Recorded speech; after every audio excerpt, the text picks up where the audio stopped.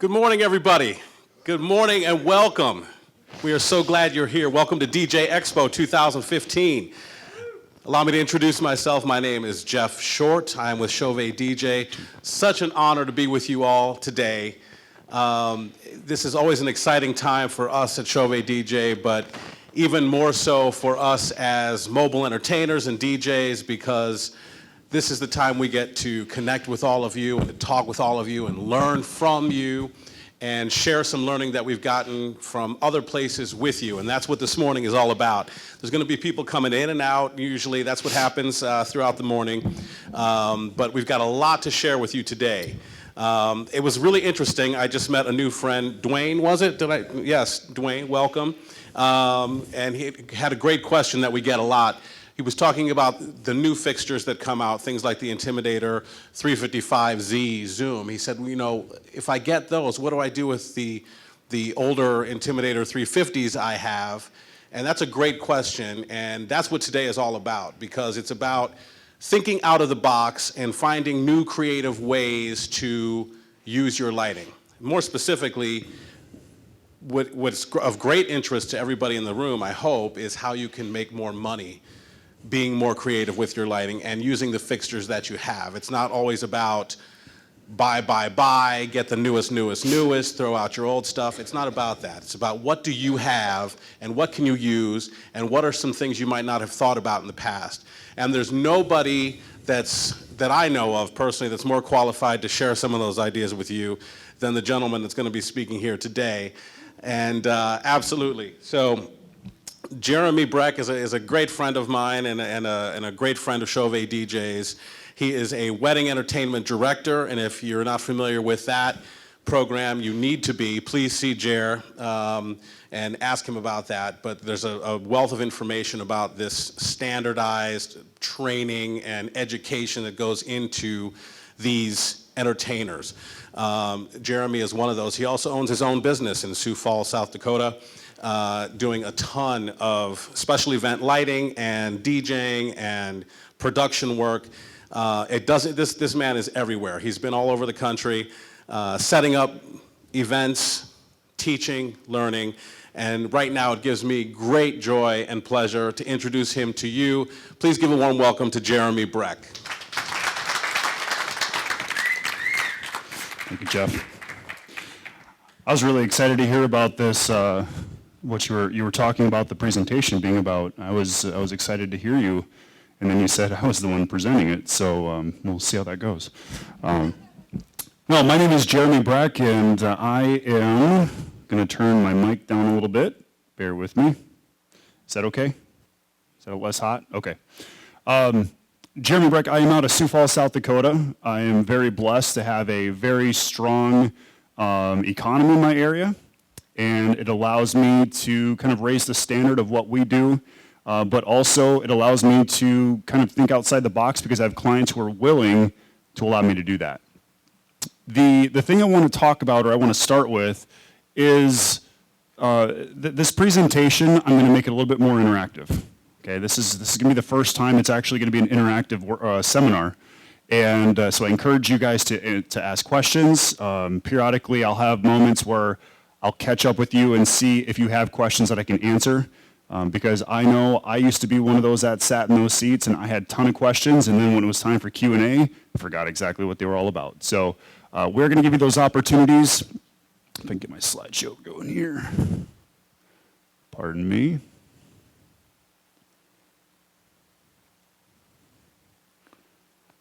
Okay. So to start off, I'm going to tell you a little bit about this trip that I had. This is my beautiful family, my wife who is way too good for me, and my 3 beautiful little daughters. But this was a trip that we had taken to the 4th of July. We'd taken 4th of July out to the hills, the Black Hills, which is in South Dakota as well. It's about 5.5 hours away from me. So when people think of South Dakota, they think of Mount Rushmore. I'm not even close. But the reason I bring this up is because in my presentation, I'm going to tell you why this picture is so effective. I'm going to tell you what they do in the Jewel Cave that everybody should be doing as a lighting designer. So we'll get into that. Here are the other things that we're going to talk about. We're going to talk about how to use lighting in all parts of your performance, not just the dance. A lot of people, they'll buy lighting because it's going to pack their dance floor. It's going to create that ambiance or that energy on the dance floor. That's true, it will. But if you're not utilizing your lighting in all aspects of the design and all aspects of the performance, you're not using your lighting effectively enough. So I'm going to show you exactly the little things you can do to be more effective in your lighting design. And we'll go into how to get a return on investment as well. So as you can see, these are the things that I want to talk about. We're going to talk about how to improve your sales, how to do setup more efficiently, more effectively. And how many of you guys want to make more money? Great, we're going to learn about that. Fantastic. So taking control of the environment. First of all, when you walked in, you might have noticed the can lights were down, the ambient lighting from the chandeliers. You've got the sconce lights that are just dimmed down a bit.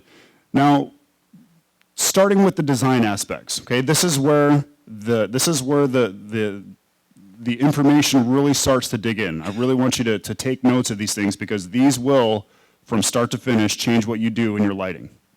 The first thing is taking control of the environment, making the room yours. And the things you need to keep in mind is, are there fluorescent lighting? I hate fluorescent lighting. How many of you hate fluorescent lighting? How many of you know that photographers hate fluorescent lighting? Because all of their pictures will turn green. Okay? So be helpful to your photographers, be helpful to the room, and control the room. Get the lighting how you want it set, but you also have to keep in mind you need to keep that room safe. You need to keep it comfortable so people can walk around. Remember, you do have elderly that are probably at a wedding or an event. And you need to make sure that it's bright enough so they can see. Well, I'm going to show you the fixtures that you can get. And I'm not going to tell you to buy any single fixture. I'm not going to tell you have to buy this light, you're going to have to buy this light. I'm going to tell you what the effective fixtures are to make your events happen more effectively and to, again, create more return on investment for yourself. So, taking control of the house lights. Also, if you're in a room that has big windows, and if they have curtains, if they have blinds, utilize those things. If it's daylight and you have guests coming in, you want to make sure that that room is set so the ambient of the room is controlled by you. If the sun is controlling that room, you need to adjust that room so it makes, so it makes it more comfortable and it makes it feel like a professional event. The controls and switches of a room. Again, when I come into a room, the first thing I do is I look to find out where the light switches are. If I don't know where they're at, I'll go talk to a staff member, and I'll ask him exactly, how do I control this? How do I, can you help me out with this? Excuse me. And there is a part of this presentation that you will see I had to work with the staff because I do everything. I'm the lighting guy, I'm the MC, I'm the entertainer, I am the DJ, I do everything. I don't have 5 different people to help me or assist me. So I have to make this as effective as possible and make it as efficient as possible for myself to make it effective for my client.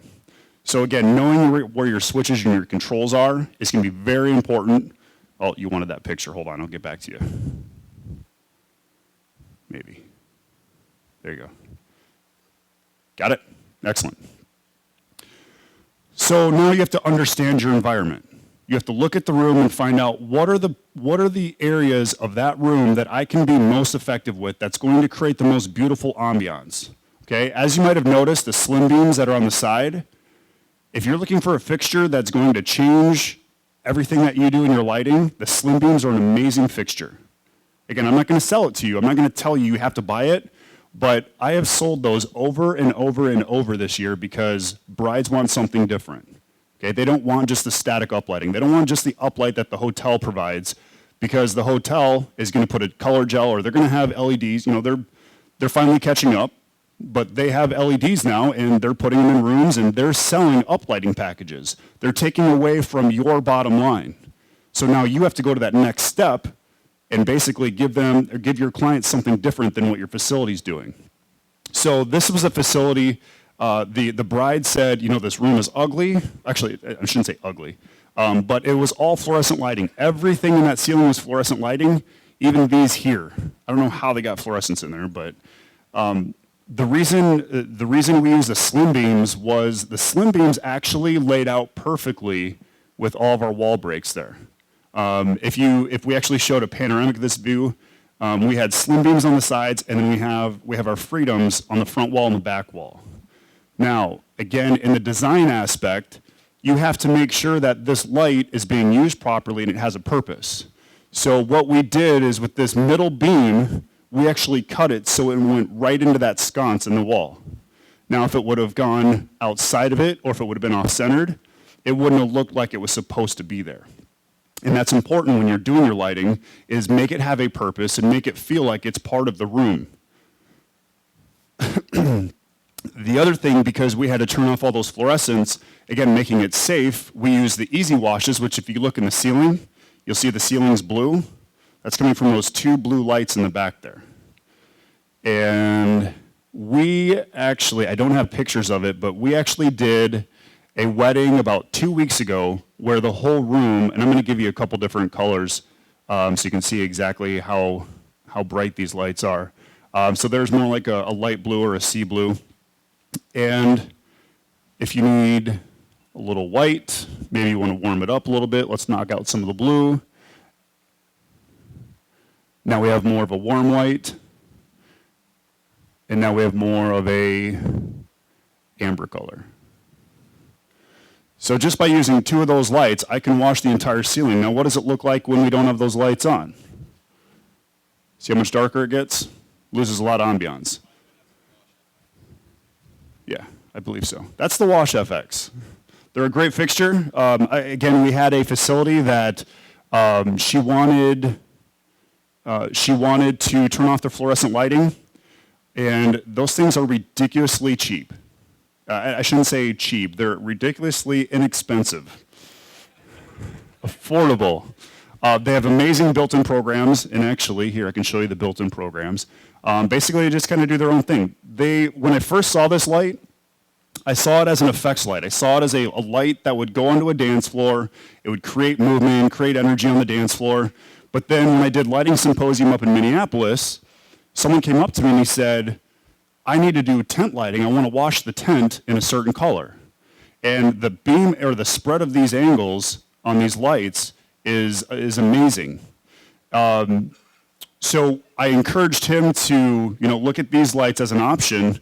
But then when I came back to this other wedding that needed to basically turn off their fluorescent lighting, I went out, I bought 12 of these, I lit up the entire room, and I charged the bride $1,200 just to light the ceiling up in her facility. It made it safe. It made it beautiful. We did it in a nice mint green, and the uplighting around the room was in a pink. So it just created more of that atmosphere, and it allowed us to, again, just focus on the ambient lighting as opposed to the uncomfortable fluorescent lighting. So know your walls, know your textures is a very important part. One thing I recommend, and you'll notice the beautiful Taj and their beautiful architecture work right over here.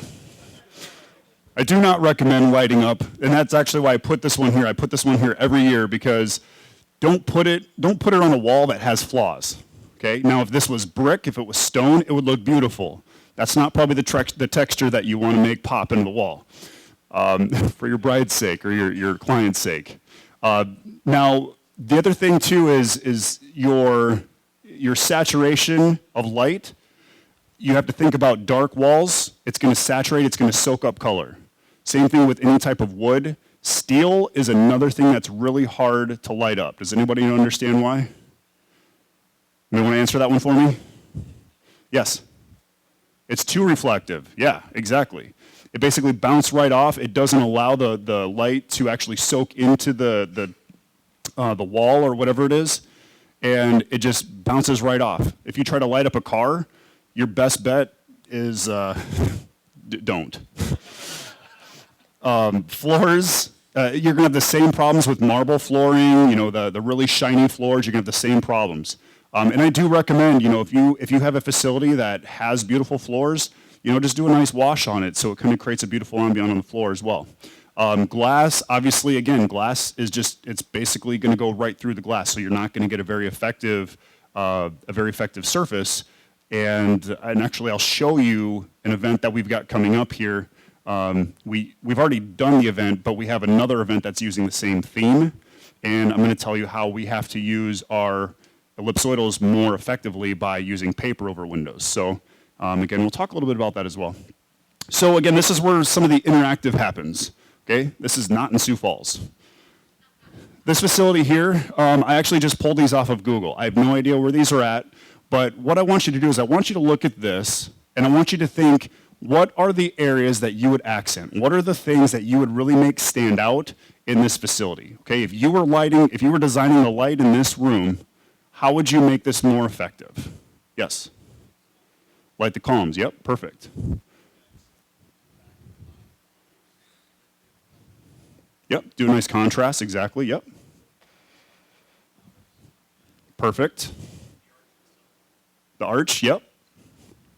Yes. Chandeliers, yeah.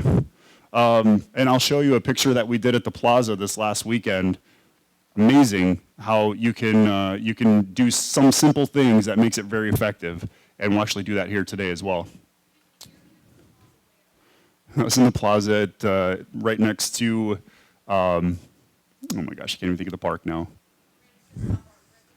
Central Park, yeah.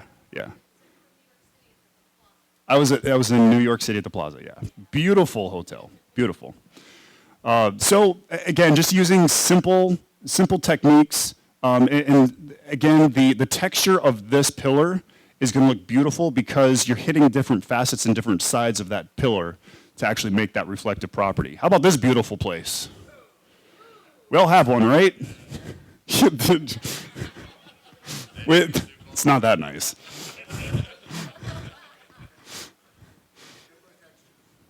Gobo textures, yep, that's a perfect one. I have no idea. Yep, ceiling floors. And then also, I don't know if you can see them or not, but this is kind of knocked out a little bit. Again, just doing either like a wash in between and then just doing an uplight. And again, we'll show you some of those, we'll show you some of those techniques. But yeah, I mean, again, you can look at something simple and really make it elegant. So how about this room? Wash to hit the beams. Pin spot, yep. Anybody else?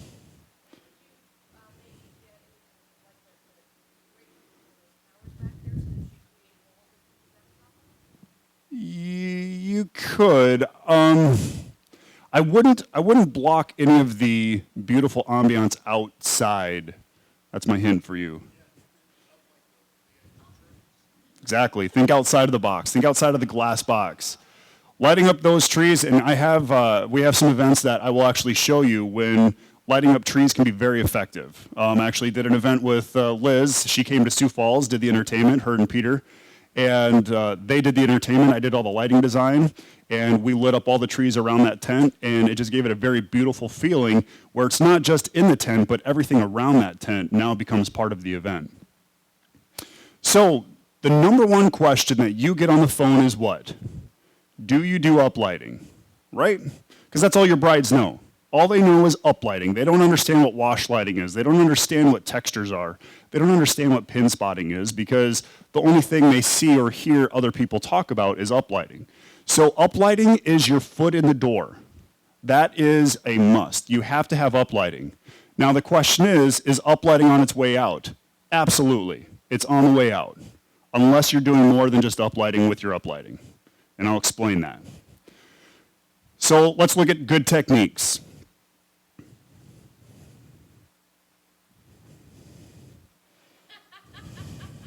Let's look at good techniques. Oh, that's why, okay. I got that really cool, here we go.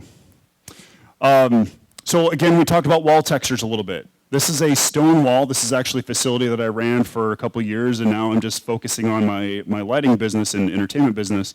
But this was a stone wall. It's a quartzite wall, pink quartzite. And just by adding lighting on there, again, it makes that texture really pop. It makes it stand out a little bit more.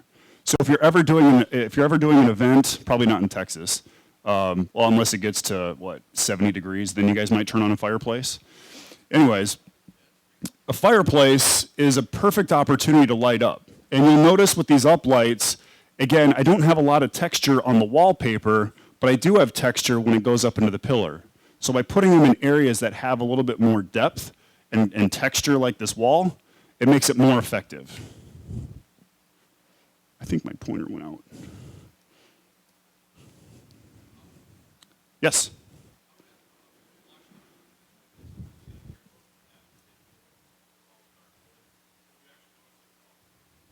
Say that again, I'm sorry. Okay.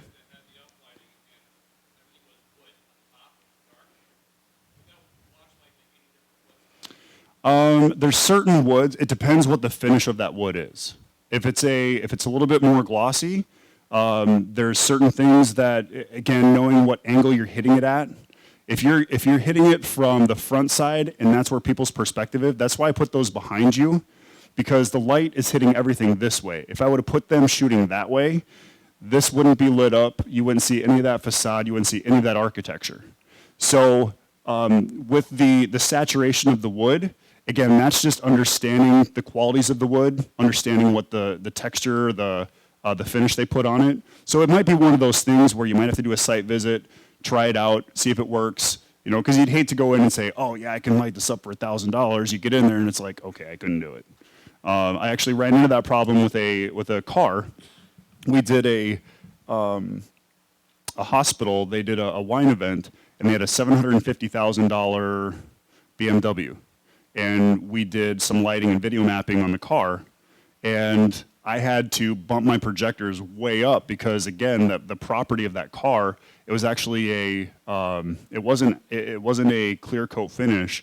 Oh man, it was like a brushed finish, and again, I struggled so much because of the properties of that. And if I would have tested it, I would have known a little bit before knowing exactly what I had to do going into that. So again, maybe just go to your site, check it out, try it, make sure everything's working correctly, like the pointer.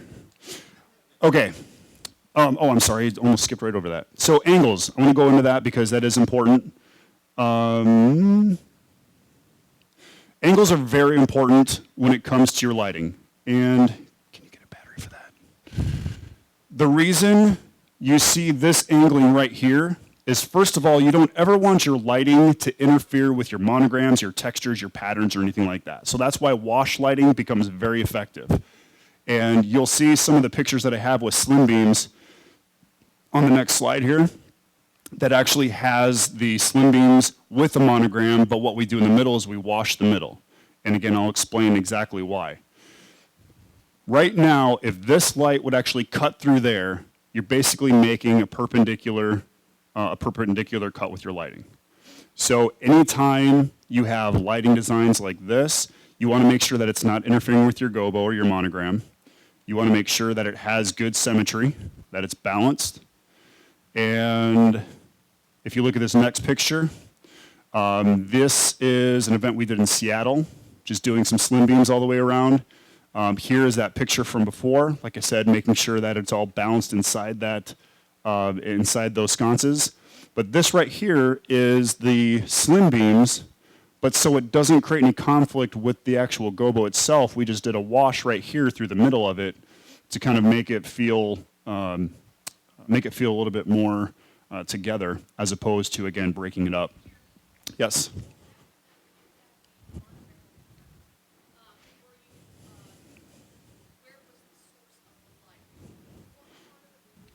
This one, you mean? This is our convention center, which is just blank walls, which those are my favorite facilities because they're ugly and they need me.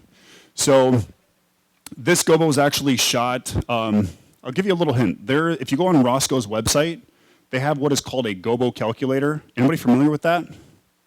Okay, so the gobo calculator, basically you can put how far away your fixture is from its projection surface. And what you can do is you can figure out exactly how to make the gobo, yeah, is it an app? Oh, there's an app for it. There's an app for everything. You can actually resize the image on the gobo to make that throw happen. Otherwise, if I wouldn't have adjusted this, so I might have a large gobo in there, but I created that image smaller than the actual cut size that they usually put on there. If I wouldn't have done that, this gobo would have been probably this big by this big. So using that calculator will help you figure out exactly the size that you need for the cut to make that throw happen. So it was just basically a distance all the way from across the room. And Yep, exactly. Yep. And the easiest thing to do, which, how many of you have glow totems? How many have glow totems? Okay. I'll go into why you have to have glow totems. But this is just this is a side note or a special hint on how to use your glow totems effectively as well. By using your glow totems and only putting one pole in your base plate, and then mounting your ellipsoidals like, well, here, I got one right here. Mounting an LFS75 on there, you can mount it on one single pole, and then basically it gets rid of that tripod. It gets rid of the tripping hazards that you could have from a tripod. Because that was one thing I always feared was people were going to walk by the gobo projector, they're going to trip over the tripod. So by having those base plates, it now basically makes a flat surface. People can walk by without bumping it, tripping over it. And again, it's easy to set up. So that's how you can utilize your glow totems a little bit more effective as well. That would be just this LFS75. This is a 75 watt LED, which is actually the same. Actually, those are 90 watt. But a 75 watt like this can get shot all the way across the room effectively and give you a nice projection.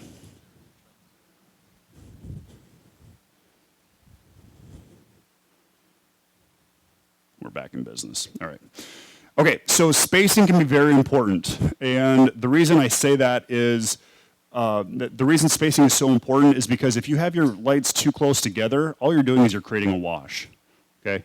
So by utilizing your lighting so it has more distance apart, that the spacing is correct, that can really make your room more effective. If you're doing 20 uplights on a head table to create a wash, you're not using your lighting effectively.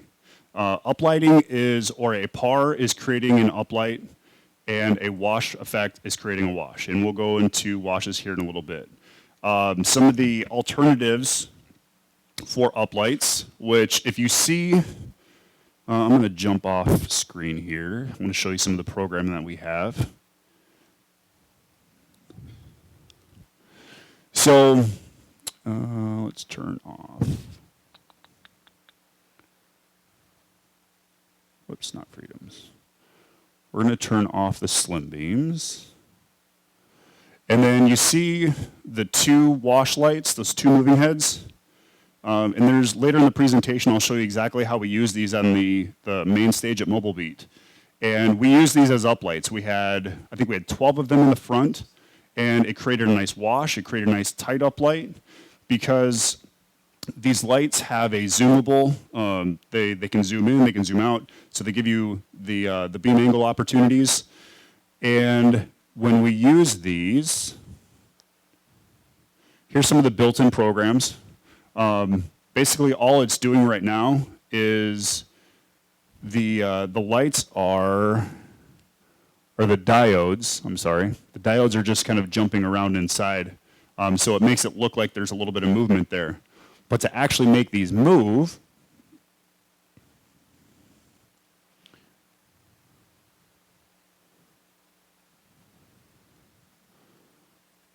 so now you have motion uplighting. And these are a great fixture. Like I said, we use these for Mobile Beat. We also use these for a ton of our corporate events. And I can sell a front wall of about 8 of these in front of their facility, or in front of the stage of the presenter or whatever it is. I can sell these for 8 of them. I can sell for $1,200 to $1,500. And the reason being is because you're giving them more than just uplighting. And this is what we had talked about earlier. Give them more than just uplighting. I'm going to guarantee a facility cannot do this. The convention center that we do a lot of corporate stuff for, they asked themselves, they said, why can't we do what he's doing? And they don't have, the equipment. They don't have I don't want to sound arrogant, but they don't have the brains to do it. They don't know how to program this kind of stuff. So if you can differentiate yourself, whatever that word is, thank you, differentiate yourself, then again, you can do things a little bit more effective. And I'll talk a little bit more as we get deeper into this again, how being a professional above and beyond your competition is going to give you a much faster ROI because no one else is doing it, which means it gives you an upper hand. So these are some of the other fixtures that CHAUVET has, or CHAUVET DJ has, that make some great uplighting opportunities. Again, the slim beams right now are probably the hottest thing when it comes to creating the ambiance. Right.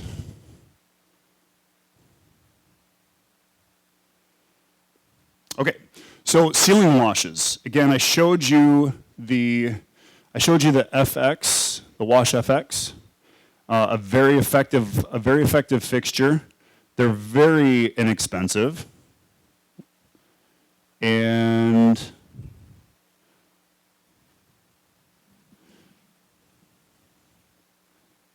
they're an RGB fixture.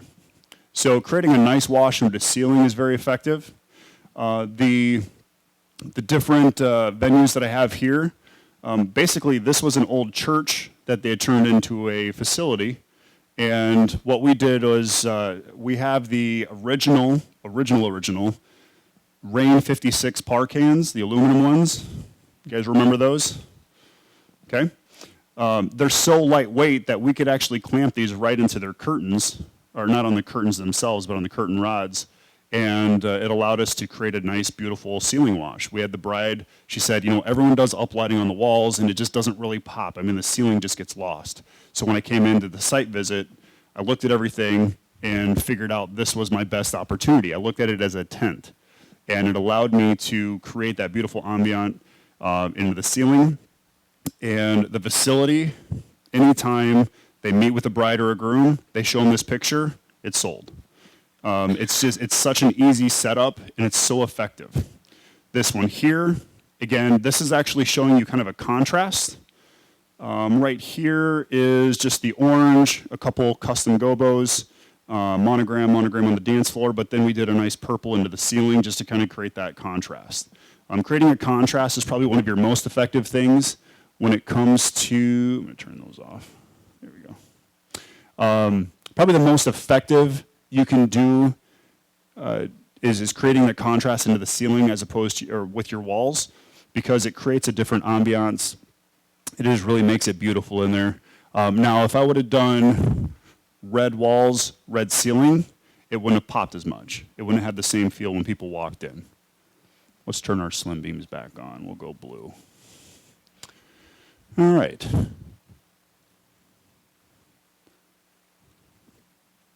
So ceiling washes, again, can be very effective, and they're very good money makers.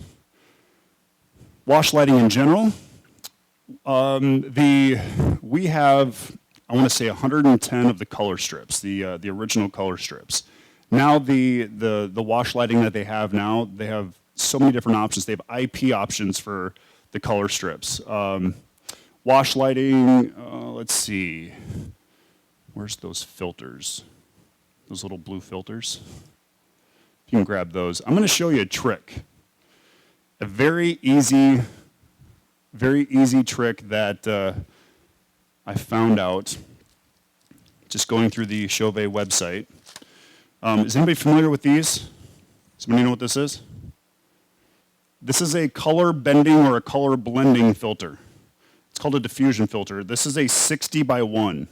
And what that means is when you put this on your fixture, it's actually going to spread the light by 60 times. So basically 60 degrees.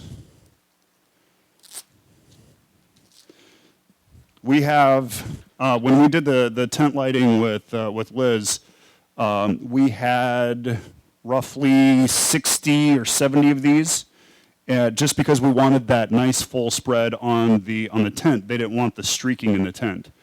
And we didn't have the Wash FX at that time, so this is what we had. So getting these filters, when you put this on there, you'll actually see the beam spread to a wider angle.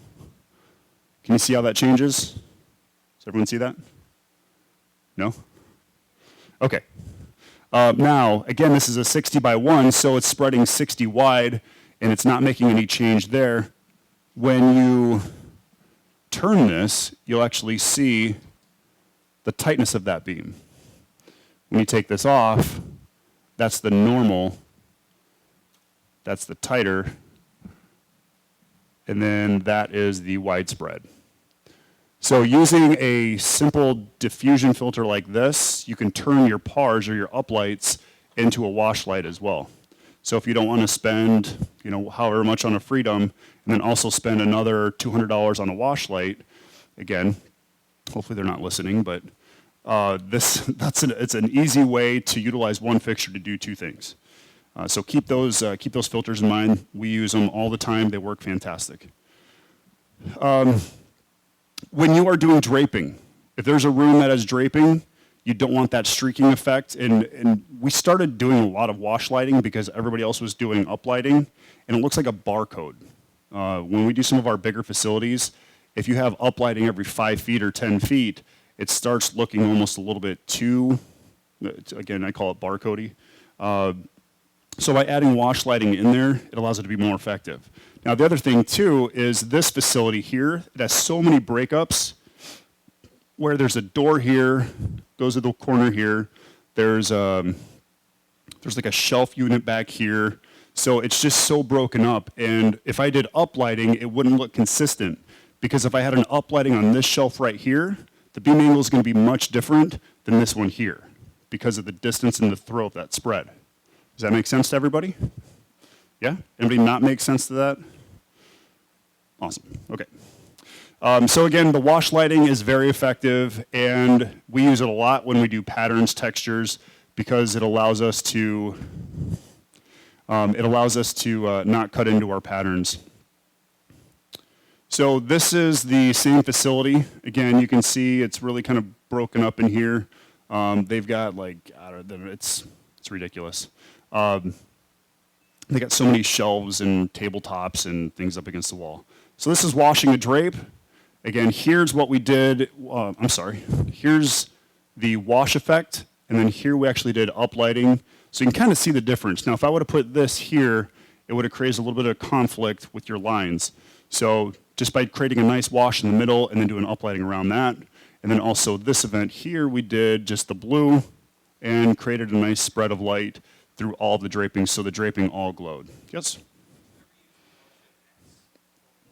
I would love to use the wash effects for walls, yeah. Yeah, you can actually use those as a regular uplight. You can put it up against the wall, and do we know the beam spread on that? No? It's wide. I can show you. I'm going to be down in the booth after this presentation, so if anybody has questions, you want to go into a little bit more of the technical stuff. I don't want to get too technical, but there's some great fixtures down there. I'd be happy to show you exactly how you can utilize that fixture in more than just one way. So again, that Wash FX, yes, to me, the way it's always set up at the presentation of the booth, it's always set up as a dance floor effect. But when you use it in a design aspect, it's worth 10 times the money. And so to answer your question, yes, I would use those all the time now when I do wash.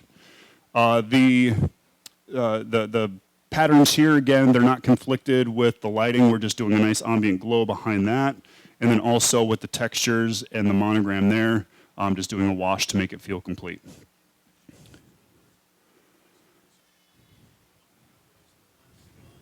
Those were actually Source 4 Juniors.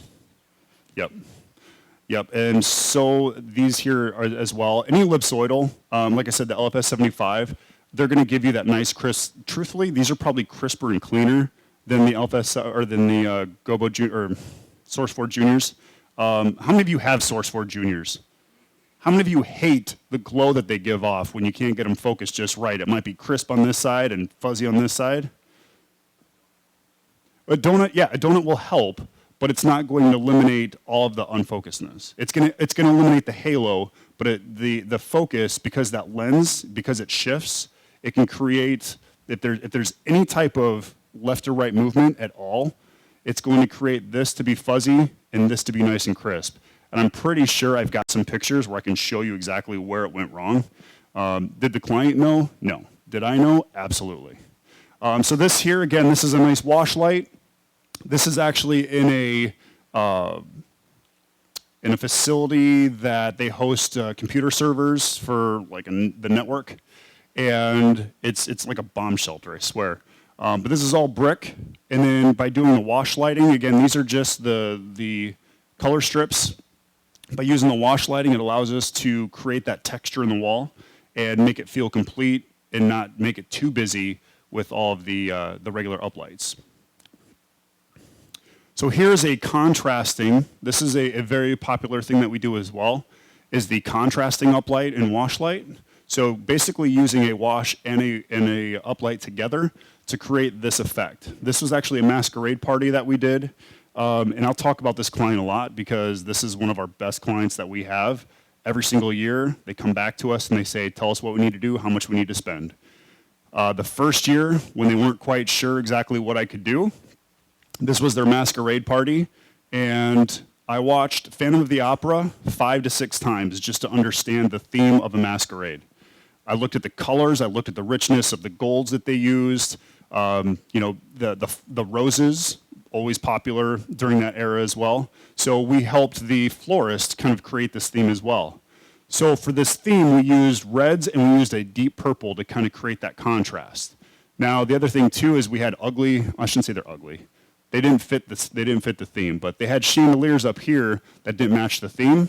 So we covered those up. We brought in 3 gold chandeliers and made that whole event come together. So again, I'll talk a little bit more about this group. They're an amazing group.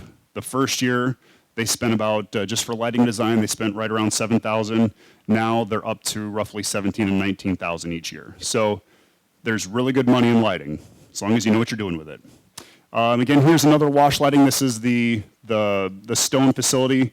We did whites, we did blues, and again, it just made that really pop on the walls. So this is what I call contrasting but not distracting. And the reason I put distracting on there is if you're using colors that are not complementary with each other, how many of you are familiar with the color wheel at all? Do you guys use the color wheel?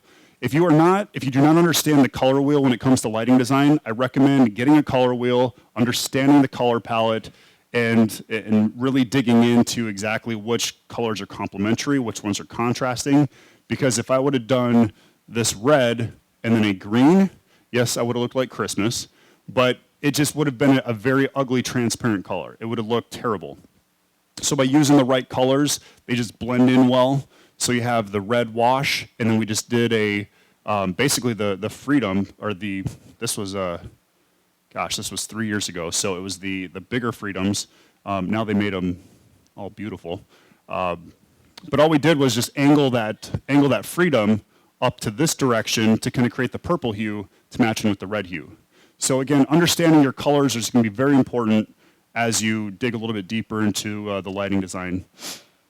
So here's some of the fixtures that work well for washes. And again, we talked about the blending filter already. I just want to highlight that real quick for you. So gobos and monograms. How many of you are currently doing gobos and monograms? Okay. This is the perfect way to create a theme, and we're going to get into themes. We're going to talk about using colors in themes, but the effective way to really customize somebody's event is to put their name on it. And a gobo or a monogram is going to do that for you. Doing it on the dance floor, truthfully, the dance floor is the last place I would put a monogram. Does everybody understand why? Exactly. As soon as they get on the dance floor, it's gone. So one of our things that we keep in mind when it comes to monograms is what's going to be the most photographed area, what are people going to be looking at the most, and then also when people walk in, what are they going to see? And that's why it's important to have the gobo over a head table, or maybe on the entrance when you walk in. And I believe I have some of those slides I could show you. Yes, I do. I know I do. having some of those gobos maybe when they walk in, because people aren't going to stand in front of the door the whole time and cover up that gobo. But it's a nice welcome mat. And we've been doing really good with those. And again, using their saying or using a script or a text is very popular. And I'll show you a little bit more of those as well. Moving or static image projections, you can see the CHAUVET DJ logos. Those are just shot from those moving heads. And I'll show you how you can make great money from your corporate events by just adding a little bit of movement. Same thing here. If this was just static, I would probably charge, well, this one's a color. You know what? We're on gobos. Let's talk about this. So this here is actually a Cool Ink gobo. Does everyone understand what Cool Ink is? Cool Ink is actually sold by Roscoe. Apollo also makes a style of Cool Ink. I'm not sure exactly what it's called. But basically, this is printed on a very thick plastic. Okay? Now, a glass gobo like this would cost $250, $300. To do a Cool Ink gobo like this is going to cost you $69 or $70. Now, one of my biggest pet peeves is when people look at this and say, okay, well, I only spent $60, so you know what? I'm just going to charge $110 or I'm going to charge $150. If you had to pay $300 for this, would you still charge your client $150? Absolutely not. You need to cover your costs. So if you're going to charge the client $400 for a full color gobo, and you're only spending $79 or $70, you're making a better ROI. It's a no-brainer. Don't charge less because you're buying for less. Charge the same amount of price, make more money, have a happy client. The Cool Ink comes out so nice. The colors are so rich, and I wish we had actually had a full color because, again, everything comes out beautifully with all the hues, the color tones. But the reason we did the branding is because we're going to talk about corporate branding as well. But again, utilize the technology that companies like CHAUVET DJ has put out there. They've made things more price effective for you, and they're making it easier for you to make more money. So make more money. Don't charge less. Pet peeve of mine. Yep. Yeah. And that's actually, this right here is this is the Easy Gobo. It's a battery-powered gobo projector. And you can see shooting across the room, you can see it just fine, right? You can actually there's a company, I don't even know where they're out of. Who do we get these from, Jeff?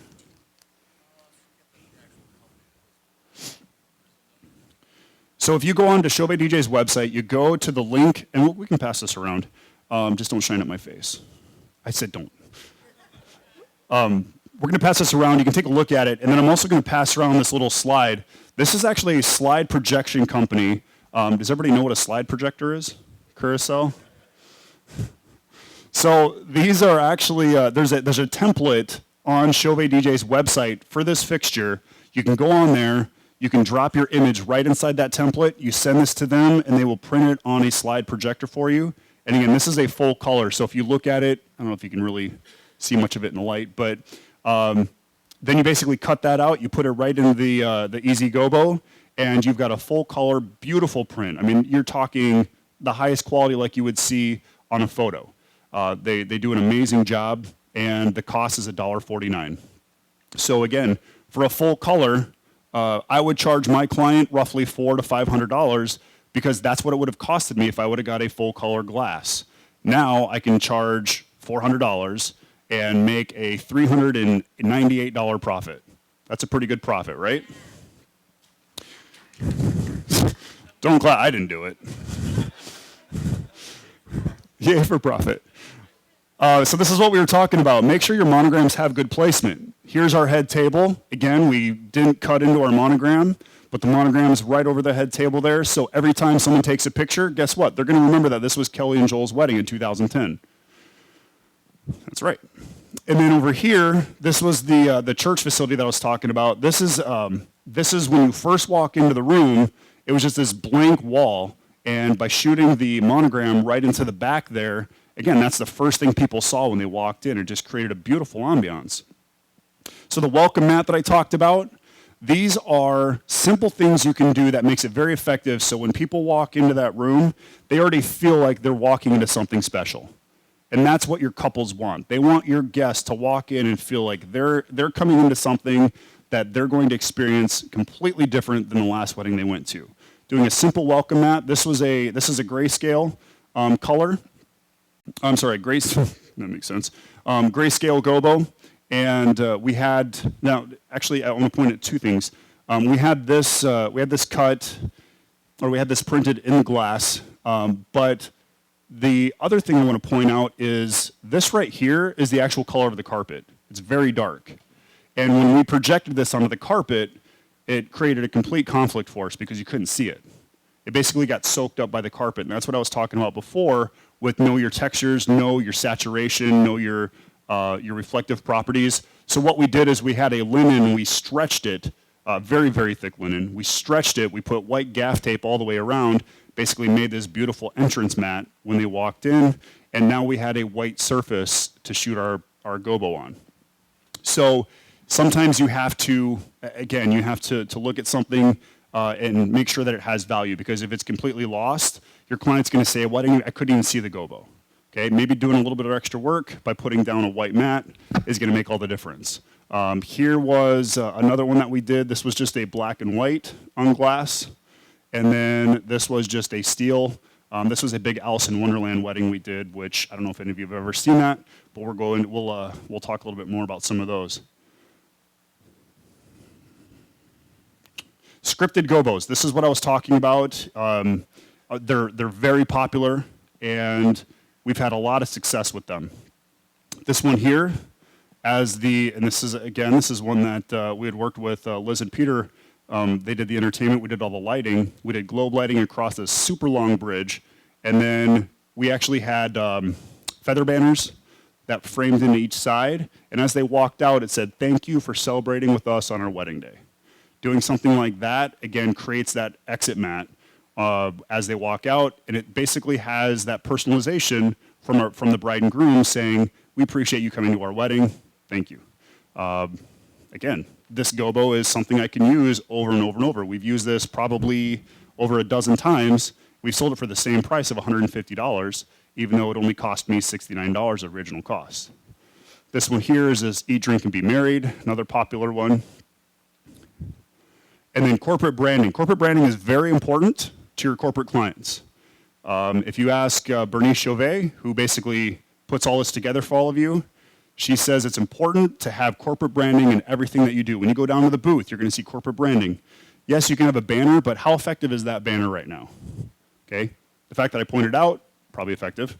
But the reason it's important to utilize, as a lighting designer, utilize the company's logos, utilize their branding, is because that's why they hired you. They didn't hire you just to light up the room. They want to impress people, and they want to make sure that their name is on that. So by doing this was American Harvest vodka.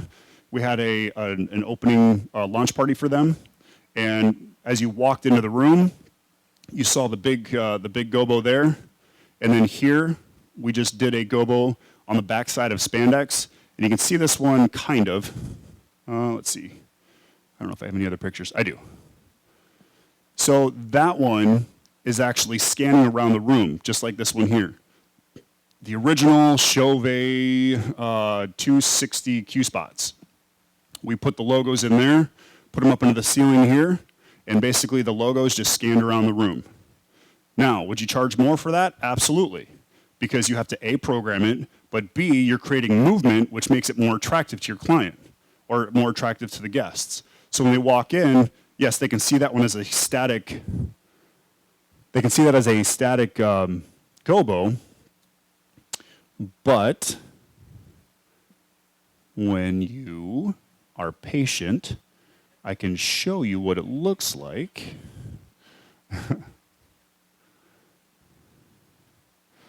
Okay, so now it's just a gobo, but once you put movement to it, that's pretty fast, right? Bear with me. Let me get back to step one. Okay. So a little bit slower now. When you go to step two, oh my goodness. When you go to step two, your clients are going to get sick. So when you go to step 2, this is how you just create a simple movement. This programming right here took me about 8 seconds. And just doing something like that, instead of charging $150 or $200 for a gobo projection, having it move and scanning the room, it's only going to, then I would charge the client anywhere from $300 to $350. So it adds more value because you're making it more than just a static gobo or a static monogram. Talking about that. Don't ever, ever put your monograms in a rotation, okay? Reason being is because sometimes when you have your script and then it's upside down, it might say something different.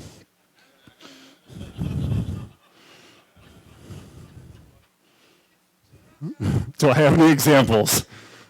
But again, the reason you don't want to have that rotation is because then you're not really creating. So if I'm standing here, people are going to look at it and they're not really going to understand it. But when they walk in and they see the monogram facing them, it obviously makes a lot more sense to them. So that's why you don't ever want to put a rotation on a monogram. Obviously if it's above a head table, you don't want it flipping upside down. So again, keep those things in mind. And just doing, again, a simple rotation on a gobo can be very effective and very cost effective for you. Yeah.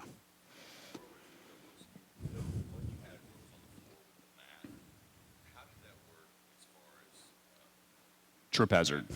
Yeah.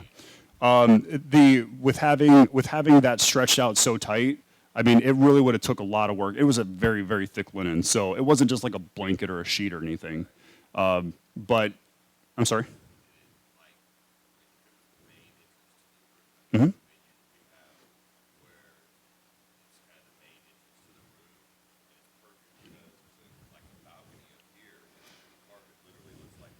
Yep. You know what I'd recommend doing is go find a company that can actually make you a white floor mat. And then you'll just have to get it maintained, but that's probably the most effective, is just having a white, a very chic, clean floor mat, so that way that becomes your canvas. And then you can take it to every single event that you do, and if you ever run into that problem, you don't have to stretch a blanket or stretch a sheet like I did. That was a last-minute move.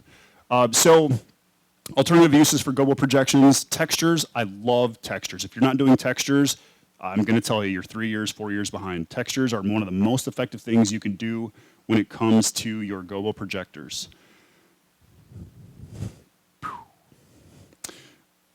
So the next thing is, again, deeper into the textures. The moon. We have some of the most success with our moon. How many of you guys have the moon? Okay, if you don't have the moon, get the moon. It's like $60. I think it's an Apollo moon. And this was actually a photo that we staged. We did the dancing on the clouds, and then we had the moon over the top. But you'll see, again, deeper as we get into this, I'll show you some other ways to effectively use a moon. And we'll sell the moon for $200. It's a glass gobo, so you have the risk of it cracking. And again, the atmosphere and elegance that it makes for an event, it's hands down a beautiful pattern to use. So this is the plaza in New York. And you can see the textures into the ceiling. Again, and then also, these would come off and on, periodically, or not like strobing, but they would come on to kind of make it blend in. So you had it down here, you had it up there, and it just made the whole room feel like it was all together. There was nothing really conflicting. And this is their chandelier, and just shooting a pink ellipsoidal into that chandelier made it really stand out and made it beautiful out there. So again, this is a amazing facility. I was blown away. This is one of our facilities in Sioux Falls, and there's an ugly light that is in the hallway here. And we actually did the wedding for the facilitator, the person who runs that facility, and she said, "I don't want that light on. It's ugly. It's just, it's hideous. What can we do?" And I said, "Well, we can shoot light in there, but it's just going to be light. It's nothing special." So what we did is we used this pattern a ton. This pattern is called Dust. I believe this is a Roscoe. We use this pattern for breakup textures, things like that, just to kind of create a little bit of contrast, so that way it's not just a white light. Again, textures are very important. when creating an atmosphere. And this right here, again, this was like a $12 gobo. It cost me $12. I sell it over and over and over and over for $75 to $125, depending on how many fixtures they need. The more fixtures they get, the better discount I'll give them. Okay, so this is the same facility, different pattern, different texture. This is, again, another popular. This is called Thrill Skull or Scroll, I believe. I believe that is a Roscoe gobo. That's a very popular one. You've probably seen that one quite a bit throughout the presentation. Yeah? Okay, good. You guys are sleeping. This is the same floor, and this was a Winter Wonderland theme that we did. Now, when creating a theme, again, when you're doing winter, you're doing Christmas, people don't want green and red. They don't want Santa Claus. They don't want that type of Christmas wedding or winter wedding. They want that beautiful ice elegance. They want something that's really cool, very calming. And using blue uplighting and then adding some of these patterns on the floor just created that look that they were going for. This is the Alice in Wonderland wedding that we did. And you can see here we had the trees creating the textures on the wall. And then we also had Cheshire the cat, which we had in the CHAUVET, let's see, Q-Spot 150s, like the first Q-Spot 150s they came out with. And we basically programmed him so he would disappear, he would reappear, he'd move, he'd rotate, just basically fly around the room like Cheshire the cat does. And again, it created that to be a little bit more theatrical in creating the theme that they were going for this Alice in Wonderland. How far out did they go? Well, we actually built these huge mushrooms, and to create the mushroom, we added texture, and these were actually just umbrellas that you would see over the top of a picnic table. But by adding some draping inside, creating some of the gills of the mushroom, and then by adding that texture, when you saw these things, they looked like mushrooms. I'm pretty proud. So this was the tent event that we did a couple years ago, and we actually submitted this to Bridal Planner magazine. And we were selected as one of the top 3 tent weddings in 2013. So we take a lot of pride in this. And this was the dust gobo. Just created a breakup pattern, created a nice feel in the tent. If it was just orange, it would have been just orange. By adding a simple texture, it A, made me a lot more money, but B, it made it a lot more interesting in that tent.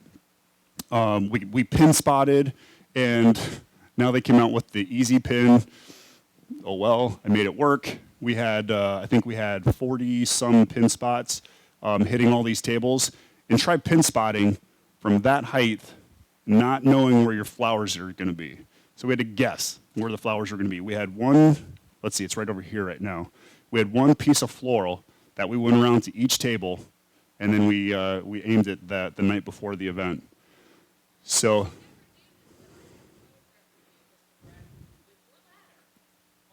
I don't know what you're talking about.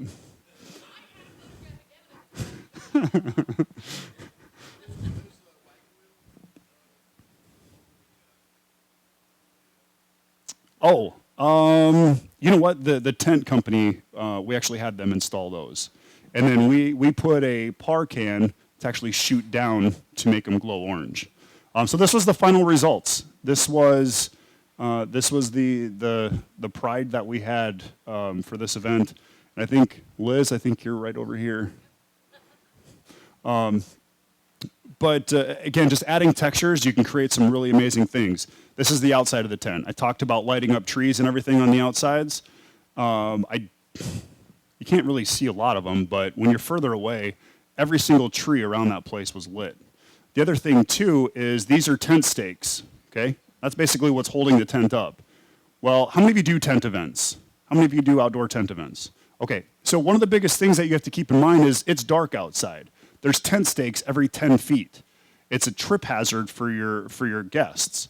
So what we did is we actually got birch branches, we wrapped them on the tent stakes, and then we did a freedom on each one of these to light it up. So when you looked at it, it was just this row of tree line that was lit up with a beautiful color tone that matched the rest of the theme. So again, using a monogram, this is where guests walked in. We had pin spotted. We'd mount pin spots in the tree. We shot these pieces or these centerpieces. with the pin spots and lit up the outside of the tent, and very, very successful wedding for us. Again, it helped put us on the map. Yes, question? For that type of event, that one, most of it was just the ambiance. I think we had like 2,000 in audio production, but just in the lighting aspects, we're right around 15,000. And that's in Sioux Falls. You guys even know where Sioux Falls is at? Do you know where South Dakota is? It's the south part of Dakota. Yeah, it's a state. Yeah, and it's in the U.S. Yep, it's actually north of Hawaii. Yes.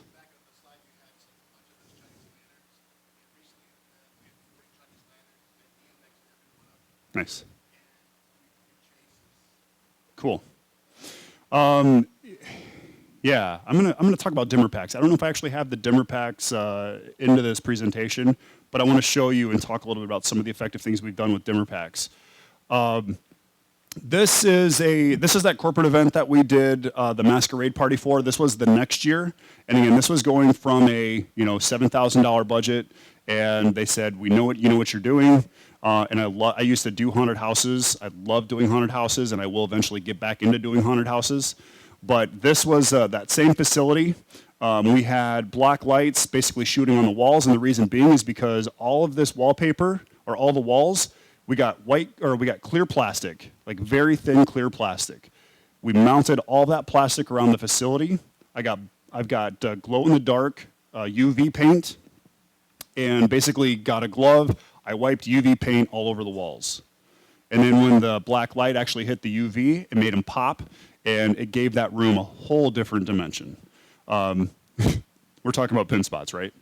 I was very proud of this because, again, it made us think outside of the box. It allowed us to think outside of the box, and the client was willing to let us make that room look effective. And there were people going up to the walls, like testing to see if we actually painted the walls. So it was a pretty neat effect. But the reason I'm talking about pin spotting is if you're not doing table spotting or table washing, I would recommend doing it. It's very very cost effective and a very good ROI. And we'll get into ROIs here in a little bit. But here we did a green wash on the tent or on the table. Now, if I wouldn't have pin spotted this floral, all the floral would have been green. So that's why it was very important for us to actually bring a pin spot and light up all of these floral pieces to make those stand out from the green of the table. The easy pin, as you can see here, we realized that we were one pin spot short. But as you can see, this is very easy. They're a battery-powered wireless controller. Actually, let me grab that controller. And if you look at the case over there, you see how CHAUVET DJ is not lit up? That was my bad. But if you look over there, you can see how effective pin spotting is, because now it makes that whole CHAUVET DJ logo really pop up there. So how effective is pin spotting? You can see. Now when I turn this off, the flowers basically disappear. This is the easiest thing to sell to your clients, especially if they have very extravagant, very beautiful flowers. Just tell your client, you're going to spend more than $50 on your floral, right? Well, of course we are. Or $60 or $70. Okay, why would you not spend $39 to make those stand out the entire evening of that event? And again, this is such a simple sell. My clients are, I used to hate pin spotting because I used to have to, and actually we didn't have the easy pins yet. We used to have to mount a pole into the ceiling, run a cable all the way across. We would aim one, and then as soon as we aimed that one, then that one was off, and then we had to re-aim this one.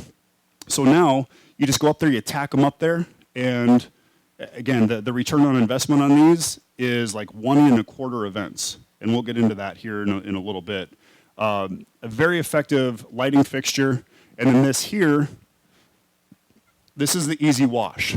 This is a RGB AW UV fixture, so you can actually mix all of those different color diodes, which are is red, green, blue, amber, white, and ultraviolet. Again, a very effective fixture. They come in packs. You can see the easy pin pack. They also come in an easy wash pack. So again, if you're thinking about getting into table lighting, they're an amazing fixture to check out. You do not have to have a drop ceiling. I didn't tell you this, but you know the easy those little hooks that you like pull and then they pop off. You can get little metal plates. You can mount those up into the ceiling and then tack them onto those. But again, I didn't tell you that. So if you have to, if you don't have a false ceiling, that's a great option. Otherwise, they do have and here, we'll pass this around. They do have a hole. There's the magnet. They also come with a butterfly clip, which I don't see over here. It's in use. Oh, yeah, actually we use the butterfly clip to mount that gobo shot. So if you ever do mounting into air rails, the butterfly clips work fantastic. But this is a M10, I believe, hole. So you can actually just do an O-clamp on that. So you can utilize it on a pole. You can utilize it in a bunch of different ways. So we'll pass that around as well.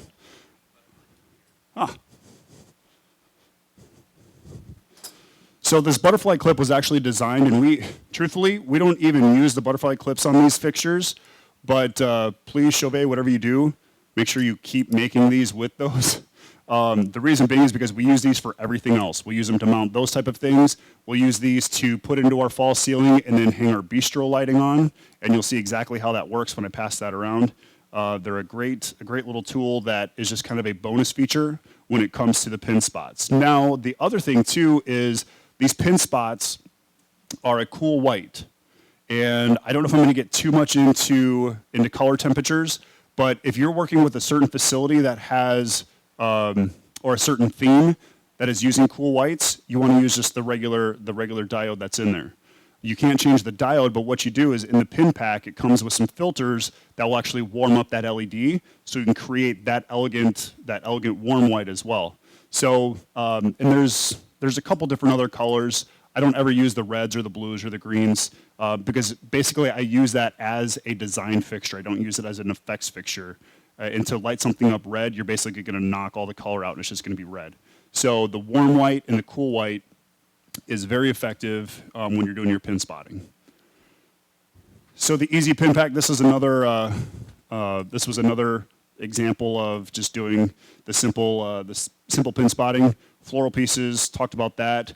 Now, I charge, again, $39 for pin spotting, and I think when you get the 6-pack, they break down to like $65 or $60 for a piece when you buy that pack. So, again, I'm basically paying them off in the first 1 1/4 events. So that's the return on investment, very effective. Now, when you're doing a cake, your cake people take a lot more pride in their cake than they do their floral. So as a lighting designer, take more pride in what you're doing. You're probably going to maybe need 2 pin spots to make this happen. So charge $90 to $100 because a cake, they're going to spend over $300. The cake that at the plaza this last weekend, they spent $6,300 on this cake. So I would have put $1,000 worth of lighting into it. I didn't, but... so this is actually a $6,300. I'm sorry. This is a $3,500 cake, and this was the Alice in Wonderland wedding. The cool thing with this is we didn't use the easy pin. We didn't have the easy pins at this time, but we actually used the Gobo Zoom 2.0. Is everyone familiar with that one? It's probably like 4 or 5 years old. Anyways, we used that. We put a glass texture inside that, and we put it on a small rotation, very light rotation. And when we did that, there's butterflies on here, and as that rotation happened, it actually made it look like the butterflies had movement. It actually looked like they were just kind of opening their wings a little bit, that type of thing. And again, that just happened by accident, but it turned out beautiful. Originally, we just wanted to add a little bit of texture movement on there, but next thing you know, again, you saw the butterflies actually had movement, so it was a very cool effect. So a cake, I would charge $100 for. So taking control of the room, this is that facility that I talked about. This is what it looked like, fluorescent lighting. This was the ambient beforehand. This was the after.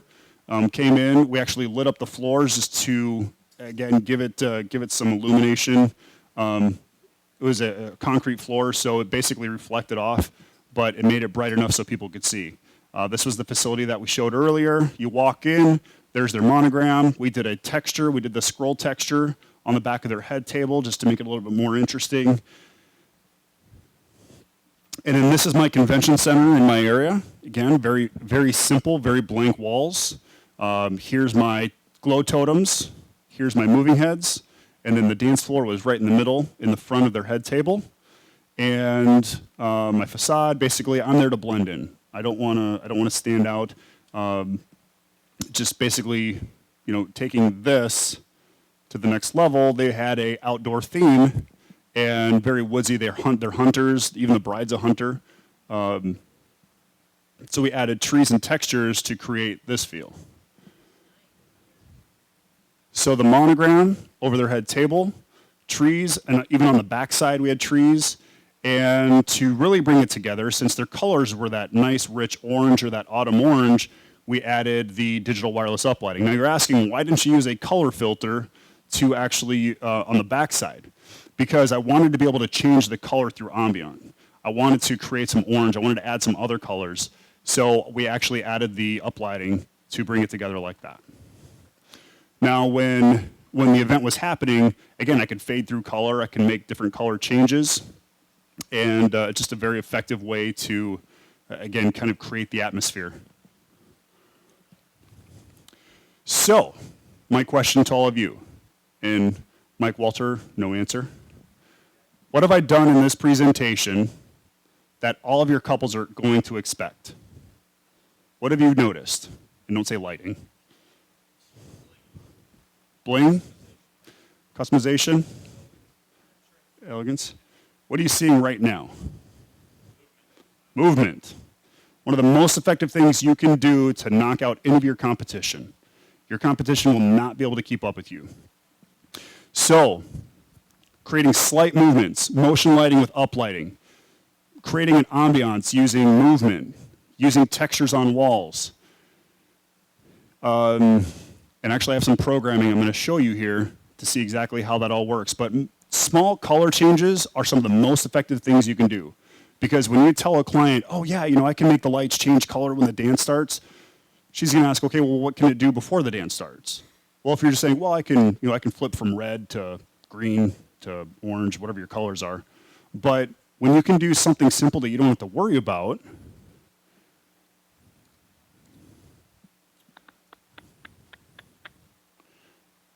all right, let's see. Freedoms. Oh, I don't have my rainbow. Let me import it here real quick. So adding easy movements is going to create, again, more money, and it's going to create more value in what you're doing for your clients. So here's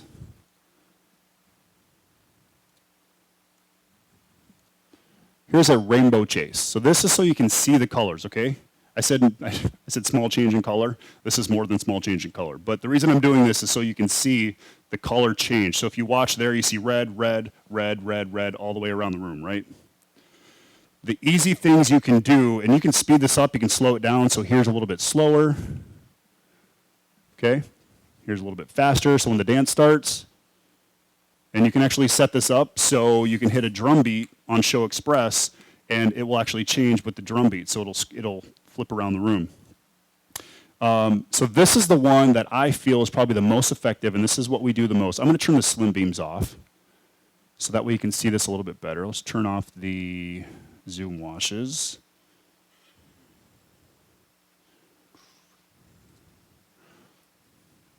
Okay, so now this is probably one of our most popular color transitions that we do, which is amber and warm white. People are like, well, we have something very subtle, or blush pink and warm white as well, one of our most popular ones. So what you see is you see the room is amber, but you'll see a little bit of change of the white. And again, I can slow this down. I can turn it off. I can slow it down so that way it's even more subtle. But again, when you get a whole room like this and it's just pulling through the room, it adds so much value to what you're doing. And your clients will actually sit there and they'll be like, oh my gosh, that is moving. Oh yeah, now it's over there. So it's really interesting to see people actually engage with the simple things that you're doing by pulling the whole event together from the walls all the way to what you're doing in your production. So to speed it up, this is what it would look like when it's sped up. So you can see the color change a little bit easier. But slowing that down, again, it creates that slight movement, which brings more value than just having it as uplighting in the room. So we'll just leave that on. Okay, jumping back. So again, those simple things are very effective. This is, again, I showed this video so you can see exactly how your uplighting can be now part of the performance, and you'll see that color motion happen. Yeah, it takes us back. So if you're currently not doing any movement with your lighting, again, start doing it because it's going to add so much more value to what you do, and it's not just utilized for the dance. So find your color tones that you want to use. And if you ever have questions, on how to do any of this, feel free to contact me. I'll be happy to help you guys. The fact that you're here makes me feel that much better. So I'm here to help you. So this is obviously when the dance is going. Right now we just have a slow color change. And by doing simple things, listening to the song and making the hits of the song go with your lighting. So it's just a simple on-off strobe. And then what we did for the guitar build-up is I put it on a speed slider, so you'll see it slow, and then it'll start building up faster and faster as the energy of the guitar starts building. Simple lighting, you start hearing the cheering. All I had to do was hit a strobe button.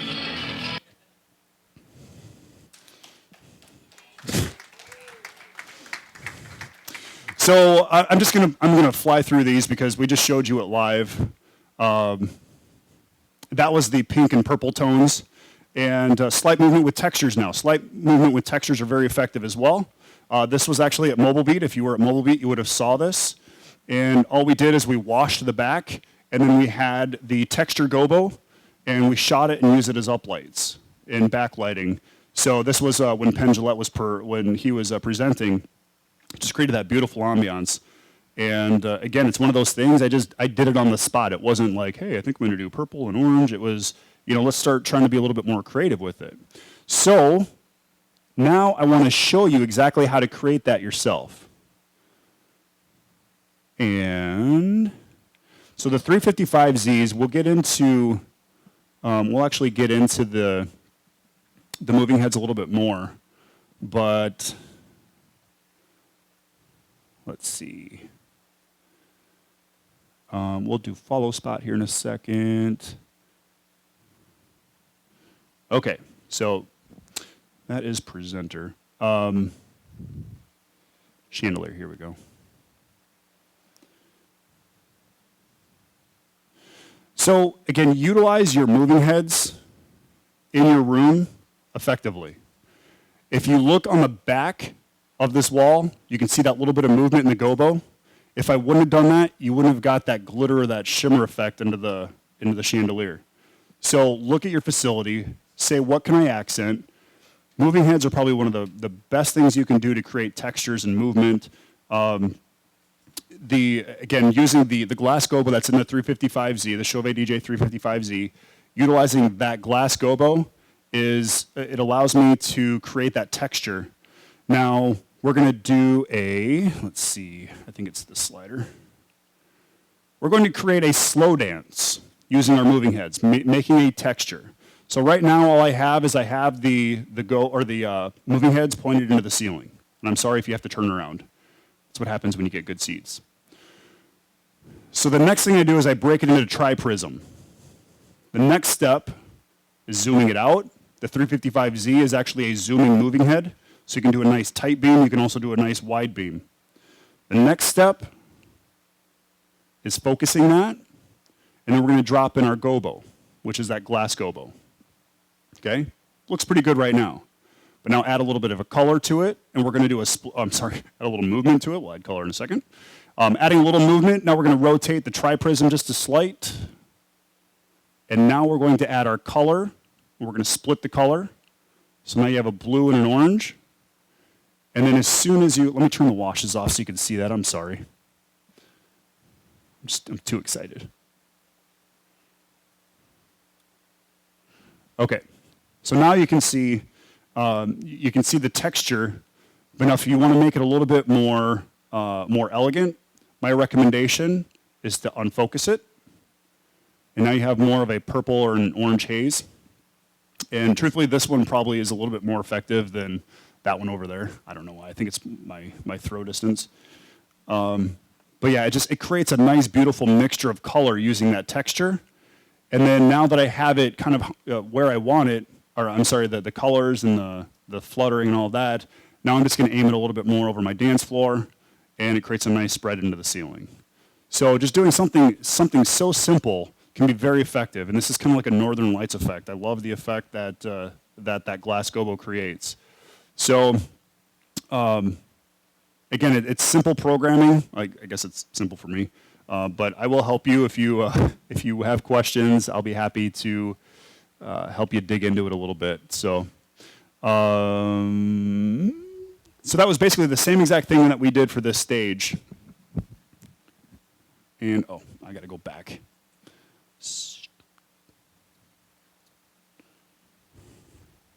And then there's a picture from my point of view. I was front of house, and basically, again, we had 4 of the 355Zs up top. We had 4 down below right underneath each other.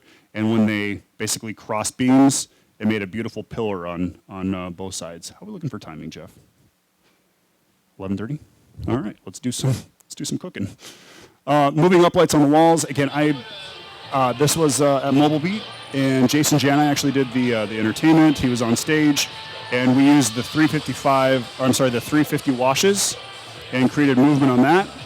And then I also hooked them up to the MIDI board, which, if you guys aren't using MIDI boards, they're a great opportunity to really control your lighting and not have to sit there and click on your mouse and move your... So here, using the MIDI board, I could actually make the uplighting move back and forth. So, and again, that's just these white 350 washes that you'll see on the sides. There's so much more than just a wash light. Utilizing them as a moving uplight, again, having 20 of these, I think it was like 14 across or 16 across, it just made it very effective. So utilizing lighting in all aspects of your performance. This is very important when you're spotlighting. And I'm going to show you, let's bring it around. Okay, so I had a couple that I kind of put it out there on Facebook. I said, any of my couples who are interested in doing the thinking out loud, everyone's doing thinking out loud, right? Okay, what are you doing with that song to make it more effective, to make it different? We're using our lighting. And I told them, I said, if you guys choreograph it, I will make sure that lighting is spot on, that it is just dead on. Jeff, if you want to go where that spotlight's at right now. So what I did is, if you watch the music video, you see them choreographing the dance. The lighting is so, you don't want to see that. The lighting is so important in that music video. And again, I felt as a lighting designer, I had to do my work and make sure that it was effective. I'm pretty sure I've got pictures of the that facility or that setup, but we actually did over 90-some Edison lights over the top of their dance floor. We had them in dimmer packs. That's why I was saying I'll probably talk about dimmer packs here in a little bit. And there's a certain part where all of a sudden the sconces in that video come up. Well, I made sure that those sconces came up those lights came up when those sconces came up in the video. The other thing was, if you watch the video, Ed Sheeran's over there, and I don't know who she is, but she's worth putting a spotlight on. They're on both sides of the dance floor, and the moving heads, or the lights, the spotlights are on them. As they walk in, you actually see the spotlights following them in. So that's what I did, was I made my first step on the outsides of the dance floor. My second step was to the middle of the dance floor. And basically, as they walked in at the same pace, the spotlights followed them in. And this was one of the most exciting first dances I've done in a very, very long time. It was beautiful.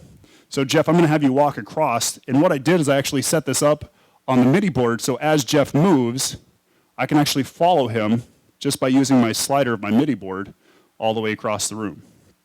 So it's very easy. If you're doing grand entrances, and they're really bright, if you're doing grand entrances, this is a great way to keep them spotlit as they walk through the entire room. And it's all done through MIDI DMX. It's very easy to use. So thank you, Jeff. That was beautiful. So other ways to spotlight to be effective is to use pars, washes. If you're doing a stage wash, those are obviously important opportunities to light up. We had a couple that they had these beautiful linens. They spent over $300 in linens, and it was like a sparkle linen. And there's actually a Shop Time. How many of you guys are familiar with Shop Time? You guys watch Shop Time at all? Okay. Yeah. Thank you. I'll pay you later. Shop Time is a free YouTube video channel that I have out there. If you have questions on what kind of power cord should I use, how do I mount this, how do I design that, there's over 90-some videos that I've put out there that are basically just free education for all of you. And that is, again, anytime I create something, I always want to share it because I'm not that type of person that I feel what I learned is all about me. I want to make sure that it's out there and it's making our entire industry move forward, because if we're all better lighting designers, we make a better name for ourselves in this industry. So that's why I share all that information, because I want everybody to learn from my mistakes, from the things that I feel have been effective in my market and effective for me. So creating and experiencing the moving heads through the entire room and through the entire performance is very important. Taking your lighting to the next level, we talked about the moving heads. It's one of probably the most expensive investments you make, but it's one of the most effective things you can do to make yourself a better performer, because now you're using it. And if you talk to Liz, Liz is very theatrical. Everything is, spotlight this, highlight that. It's all about theater. And that's what lighting is. Lighting is part of the experience that your guests are going to be taking on. And when you can create that theatrical feeling, you will have people knocking on your doors wanting you because of what you can do, not just in your performance, but now you're bringing everything coming together, and it all has a purpose. So yes, they're going to be expensive, but it's one of the best investments you can make. Let's see. The next thing I want to show you is, this was an introduction that we did, and this was a spotlight that we shot across the room with our moving heads. And basically your spotlight is focusing on where the action is happening, okay? There's always something going on. And one of the things I want to point out, and I'll jump into it here in a second. Let's see. We'll get this started, and then I'll get to the program. The spotlight, when you're spotlighting a door entrance, you need to make sure you have a nice crisp edge, because that is a grand entrance. You want to make that as clean as possible. So you'll see a nice crisp edge. Now, when you don't want to use a crisp edge, I'll show you here in a second. But you can see now I've got the spotlight. As soon as they walk out, you'll see them disappear. So how important is the spotlight? Watch about another 8 steps. She disappears. That's why spotlighting is so important when you're doing grand entrances. Yes, he danced like he's from South Dakota. Oh, I can't have them both open. Hold on. I don't know him. So we did personalized introductions for these, and again, our spotlights are shooting on the door. We're ready for that grand entrance. People are looking, they're looking at the doors, they're ready, they're excited. This was a misdirection entrance that we did. So the spotlight's over there, which that's where everybody's attention's at. And the only reason you'll see movement in the camera is because I had one of my guys just using a handy cam, just kind of recording this, because this was such a cool moment. Now, if you look at this girl, she's like, what the heck is going on here? And that's exactly what we wanted. All the attention's over there, and that's where we want them to think the bride and groom are coming from. So this is where I had to work with the facility and say, once I say this, I need you to turn all of your house lights off. So being on the same page with them, it allowed us to create this introduction. I told everybody, you know what, I'll find them. I'm sorry, I'm not sure what happened. Go and have a seat. I'll be right back. Lights went off. House lights go down.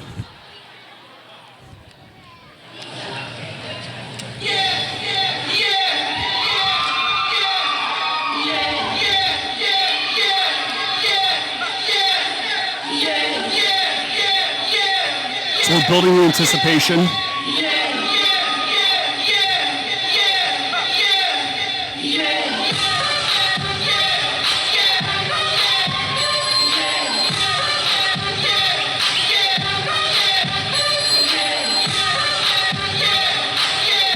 Ladies and gentlemen, Yeah.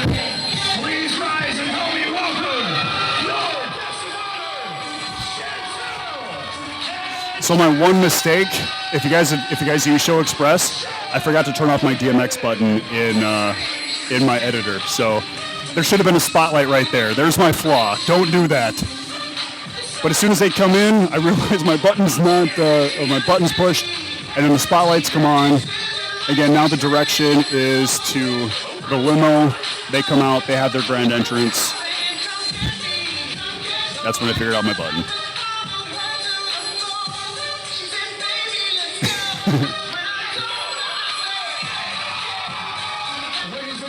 So if I would have staged this different, I would have had, and actually I told them to, the limo was actually supposed to angle more this way, so that way they came out, they didn't have to walk around the vehicle to get in front of their guests. So staging is very important, and again, in a theatrical aspect, you're going to understand that. So let me, listen, Steve, why don't you come on up? I'm going to have you come in right over here. I'm going to have you go out that door for us. We're going to do a simple grand entrance. And again, I'm going to show you how effective. I'll tell you when. All right, so we're going to go on with the rest of the presentation without him. No.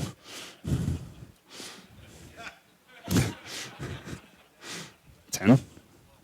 Okay, all right. We got a lot. Okay. So when you do an introduction, if I say, ladies and gentlemen, please help me welcome Liz and Steve.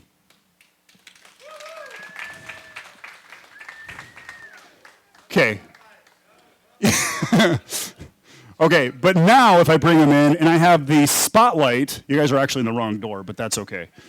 If you have a spotlight on them, now it makes them feel more grand, and it makes them feel like this is a bigger party for them, because you're making it more grand.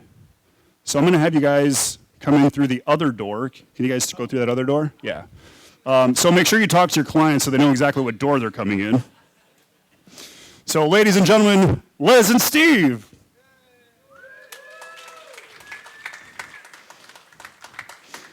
Now, didn't you feel more grand? Of course you did. I knew you did. Go and have a seat. Whoa.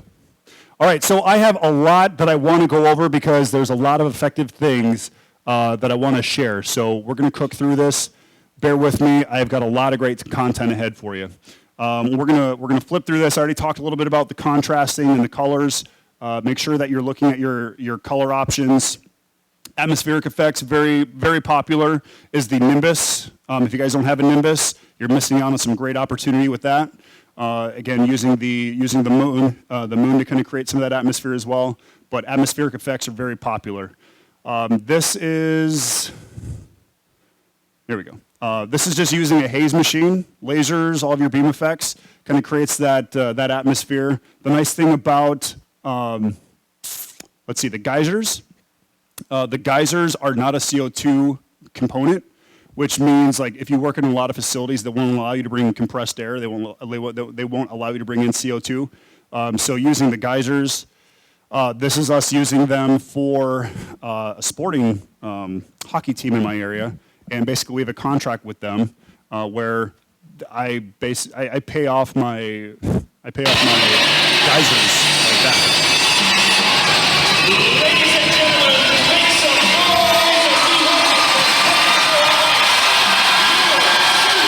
So you get the idea. If you haven't seen the geysers, there's a lot of people trying to create the geyser, but CHAUVET DJ did it first. Just gonna knock them out for that one. So the Nimbus, again, very effective that we're going to skip over. But video, it just creates a nice, beautiful dancing on the clouds effect. And again, you can pay that thing off in no time. Outdoor events, if you aren't doing IP fixtures, I would recommend if you have fixtures and you're putting them outside, if they ever get ruined because of weather, you're going to be out. Insurance company will not cover that. That's why it's important to have IP fixtures. Again, another little bit more outdoor ambiance. This is Falls Park when it's all frozen over. So this made a beautiful palette. I'm sorry, not a beautiful palette, a beautiful canvas for us because all of this is just white ice frozen over. It gets cold in South Dakota. And then this is obviously when the water's running, and then lighting up trees around the atmosphere, around the facility is very effective as well. So this is that tent event that I was talking about. She wanted to have her wedding under the stars. You can't do that in South Dakota because you never know what the weather's going to be. So what we did is we had the moon put it here. We had again, this was before the Intimidator series came out. We had the 260 Q spots, and we actually they have a double gobo wheel. We had a breakup moon pattern, breakup star pattern. We shot those into the ceiling. We put a slight rotation on the second gobo wheel, and it made this beautiful flutter effect. So it made it look like the stars were twinkling. It was amazing. And this was here, the logo for the corporate event. We lit the inside of the tent, and then we lit the outside of the tent as well, just to make it a little bit more interesting. Mm-hmm.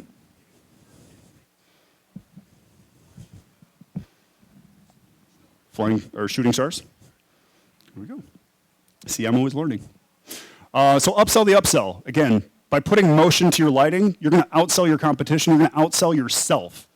And what I mean by that is, if you have uplighting, you can charge. You're still going to use the same fixtures, but by adding motion or movement, you can now add more value to your client, which means more ROI for yourself. I do want to get into ROI, so I don't want to spend too much time on this stuff. We talked about digital wireless uplighting. That's where basically they have DMX, the Freedoms. They have wireless DMX. And if you haven't seen, make sure you check out their booth. Jeff, what's your booth? 712. Go to 712. Check out their new USB DeFi. They have a USB going into all of their new fixtures, which is actually the receiver for your wireless DMX. And people are like, well, why would you use the USB? The USB actually powers itself, so you don't need the extra power cord or anything like that. It's a beautiful technology that they just came out with. I haven't even got to see it, so that's why you don't see it on here. So again, I talked a little bit about the Freedoms. We've got a lot of great content, so I don't want to kick a dead horse. And then this is basically showing off. We already saw that one. And then the FlareCon. If some of you are like, well, I don't do DMX programming, I don't even know how to start DMX programming, you can actually use the FlareCon. You can get the phone app. It's on Android and it's on iPhone. You can use it on iPads. Anything that has the app capabilities, you can actually control all of your lighting with your phone. And you can change the color live. You can create the built-in colors that are there. And taking your lighting to the next level, that's where Show Express comes in. I've really dug into Show Express, and again, this is how I create exactly what I want for my clients. Okay, so creating a theme, colors create a theme, and textures create a theme. So here's the different colors that go to each theme. If you guys want to take pictures real quick, because I'm going to burn through this. If you want to take pictures, these are all of the different color schemes, color themes that go with each individual theme itself. So shabby chic, probably one of the most popular in my area. Soft pinks, blush, champagne, muted purples. Black tie is going to be more of your stark white. Classic is going to be your reds, amber, stark white, warm whites. But I don't recommend mixing warm whites and cool whites together. So again, understand your colors. Halloween, people don't want orange for their Halloween or their October wedding. They want more of the greens, the ambers, the reds, the purples, kind of like what you see here. Next one is, again, going into some more of the other color themes. Fall, winter, spring, summer, Casino Royale. The client that we work with, the corporate client who did the Halloween party, the masquerade party, they're actually doing a Casino Royale event, which is great for us because we already have everything. We already created everything. We have all the gobos to create that theme. And so back here, just to kind of point it out, and I think the slide's coming up, but we're actually putting the James Bond gobos where he's kind of in his pose. We shot those in the windows at a different facility, and now we'll be using it on those as well. So these are the different textures. Again, we talked about textures creating themes. Trees, there's so many gobos out there. There's probably 8,000 some gobos that are just they're stock gobos. You can go to the Apollo website, the Roscoe website, And I don't know if I'm supposed to be pushing them, but I'm going to push them because, again, they do fantastic gobo work. And if you're ever working on a theme, you can type it in, and I guarantee there's something there. Vegas has always been a popular one for us when it comes to corporates as well. Talked a little bit about the Alice in Wonderland already. Entrances we already talked about. And seasons, we talked about those a little bit. Whimsical, I showed you that picture already. And then here is again, the popular moon. This is just a stock gobo. We charge $150 for that. We charge $200 for that. My total costs, obviously I've paid this thing off a long time ago. My total cost originally was $60, so, or $70, $80, $70. So this is the James Bond theme. You can see the different silhouettes, and we'll be putting those in the windows or by the doors, so when people walk in, they'll actually see these silhouettes in the doors. So don't sell yourself short. Don't sell lights. Sell the results. Sell the experience. Okay? How much do you, when you sit down with a client, how much do you sell a speaker for? How much do you sell a microphone for? $45 for a microphone? So you charge your client for a microphone? Oh, an extra. Okay. Okay. All right. You're a bad example. When you are selling your lighting, don't get technical with them. They don't care about RGBs. They don't care about how bright your LEDs are. They don't care about diode colors. They care about what it's going to do for them. And this is what I call the Toyota effect. I don't want to take too long with this, but how many of you remember the Super Bowl commercial? Okay. This is a Toyota Tundra pulling the space shuttle. And they don't talk about gear ratios. They don't talk about suspension. They don't talk about anything except for how much it's pulling. 9,200 is a lot. But what it shows is it shows all the excitement. It shows people taking pictures. I mean, people are just like in awe of what's going on right now. And it shows that this thing can pull my boat. So again, don't sell them fixtures. Sell them the experience. Sell them what is going to be the end result. Let's see. Okay, I'm going to burn through this. I needed 3 hours. Are you guys okay for another hour? No, I'm just kidding. I don't want to take your time. So when I talked about the lighting and how that was incorporated from the cave, what was the most effective thing? The most effective thing was the lights were invisible. And when you look at these easy washes, it was kind of funny. I had my guys tear down after an event that I did. I'm sorry. I had my guys tear down after an event that I did, and they were looking at their easy pin pack and their easy wash pack, and they're like, okay, we're missing them somewhere. They blended in so well, they couldn't find the lights up in the ceiling. But that's what it is. You have to make sure everything blends in, because the best light is the light you don't see. And that's important when it comes to your design aspects. So I call it the invisible light. The Easy series is great for that. The white, that's exactly why the pin spots were created in white. The easy washes were in white. Let's see. Oh, duplicate slide. Let's watch that video one more time. Okay, so what do? They don't tell you, or what they don't tell you. I don't know how I got duplicates in there, but it was really good content, so I wanted to share it again. Don't outbid yourself. Venues are going to try and outsell you. And the convention center that I showed you, if I'm working there, they won't even tell their client, oh yeah, you should use our lighting. They'll tell the client, just use Jeremy's lighting. It's 10 times better than what we can do. And that's because I go in there and I create the success and the results, and I make that facility look amazing. So when I talk about don't sell yourself short, don't undercut yourself, this is one thing that it torques me off. Again, we talked about you can get this gobo cheaper. That doesn't mean that you have to sell to your client cheaper. That just means you make more return on investment. So don't outbid yourself. I'm gonna burn through this, but this was a commercial that that was out there that basically it showed that we're undercutting this person, we're going cheaper than this person, we're undercutting that person. In your entertainment, if you're doing that, you're not doing effective business. And in your lighting, you shouldn't be doing that either. So how do you win the bidding battle? Own your market. If you're the best thing out there, they're not even going to shop around. Don't do the same thing, do it better. I don't have to undersell my competition. They do that themselves. Okay, so this was another video. Again, I'm going to pass through this. The Ford commercial.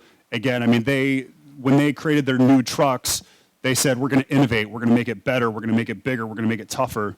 And that's what they did. And now it's one of the most popular trucks that's out there. So be better. Again, innovate to separate. So how do you make money? Return on investment. Go ahead and get your phones out again. I'll let you take pictures of all this because I'm going to fly through this. If you want return on investment, this is where I recommend you start with your pricing. This is just starting. A simple uplight is going to cost you anywhere from $900 to $700 if you're doing the moving washes, but you charge your client $35 to $200 per fixture. Okay, but you're not selling it as a fixture, you're selling it as an experience. That's just your guideline for you. You don't show this to your client because your client will say, well, I'm not going to spend $200 on a moving head. But when you can show them the experience that is created because of that, it makes it a whole different avenue for you. So return on investment, gobo projectors, very effective. Wash lighting. The next part is oh my gosh. Note to self, remove all animations. It is, and you like it, right? Right? Okay, so moving logos, we talked about that. We talked about textures and patterns. Textures and patterns are very effective. Your cost on the gobo is anywhere from $12 to $60. Your return on investment, 0.08 events. That's how easy it is to pay off your gobos and your projectors. Or I'm sorry, your gobo projectors. Pin spotting, again, I used to hate pin spotting. Now it's one of our fastest return on investments, 1 to 2 events. Outdoor lighting, there's nobody in my market that does it. So my competition will actually come to me to do outdoor events. And they do have IP-rated fixtures, which IP is the rating scale for waterproof and dustproof. So IP65 means it can be rained on, and you guys are showing off the new Freedom IPs. Yeah, so check those out. They actually have it raining on the fixture, and you can see exactly how they work. So atmospheric effects, again, these are just guidelines. Nimbus costs you $700. We sell it anywhere from $325 to $500. I paid it off in 3 events. It's that simple. So you guys can make money on this, right? Right? Awesome. I got 3 people who are making money after this. That's awesome. Okay, so the next one, after I get through all my amazing animations here, must-have accessories. Take a quick picture. Basically, this is your clamps, your gaff tape. Have all different colors of gaff, black, white. I don't know how many pink rooms you work in, but you might want pink. Black and white gaff, we have a ton of it. Color gels are also very effective as well. And then the glow totems, again, you can utilize your glow totems in a whole different spectrum of things, but very effective. And then the safety cables and things like that, those obviously are just to keep your business in business, because if you have a fixture drop on somebody, you should have planned ahead. So how do you sell this? Exceeding the expectation and profits. First of all, you're going to have people pushing you to do their lighting.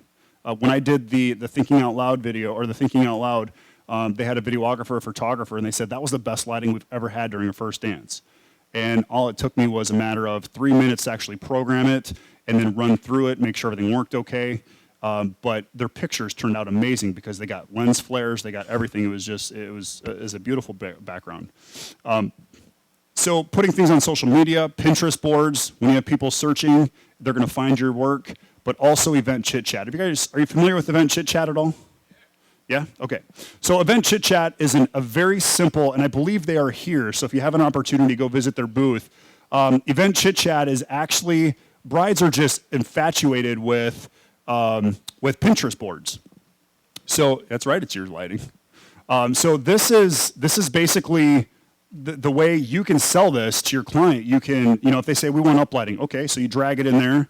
Well, we want to look at wash lighting as well. Okay, you drag it in, and basically it creates a Pinterest board for them, and that's their proposal. So they're looking at this Pinterest board saying, yep, I want that, I want that, I want that.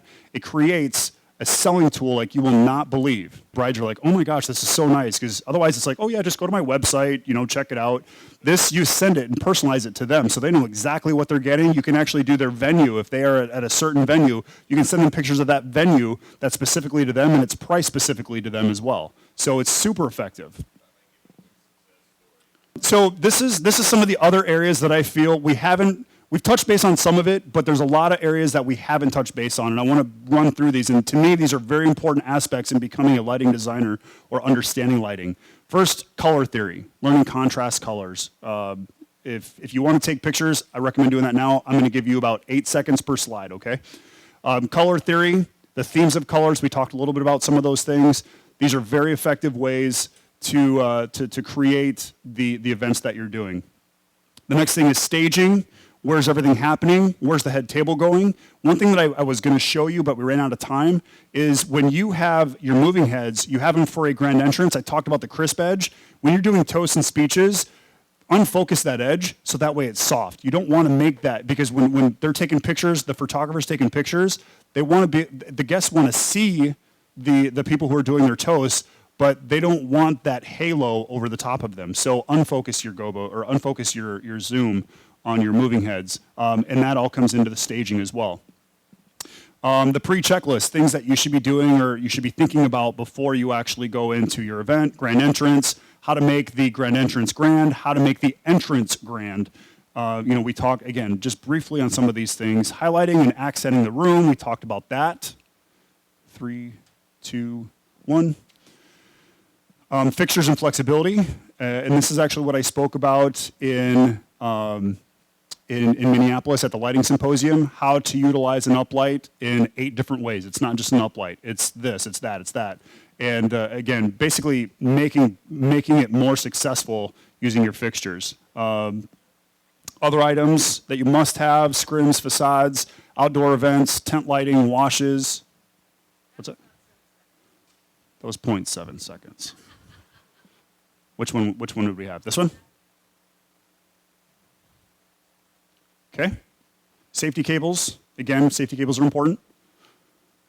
Let's see. Outdoor events, mountings, blending, washing, textures, IP fixtures. IP fixtures is the #1 thing. I'm just throwing that out there for you.